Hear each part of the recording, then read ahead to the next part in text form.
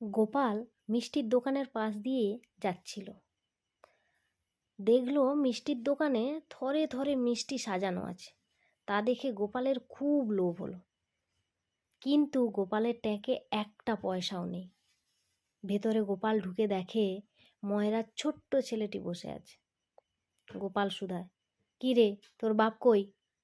ছেলেটি বলল, পেছনে বিশ্রাম নিচ্ছে। গোপাল বলল, তোর বাপ আর আমি খুব বন্ধু, বুঝলি? আমার নাম মাছি, কয়েকটা মিষ্টি খাই? তোর বাপকে বল, কিছু মনে করবে না।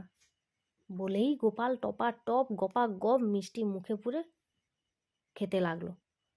মিষ্টি নিমেষে শেষ হয়ে যাচ্ছে দেখে ছেলে চেঁচিয়ে বললে, বাবা, মাছি কিন্তু সব মিষ্টি খেয়ে ফেলছে। শুনে পেছন থেকে ছেলের বাবা বলল, আরে খেতে দে, মাছি আর কটটুকু খাবে।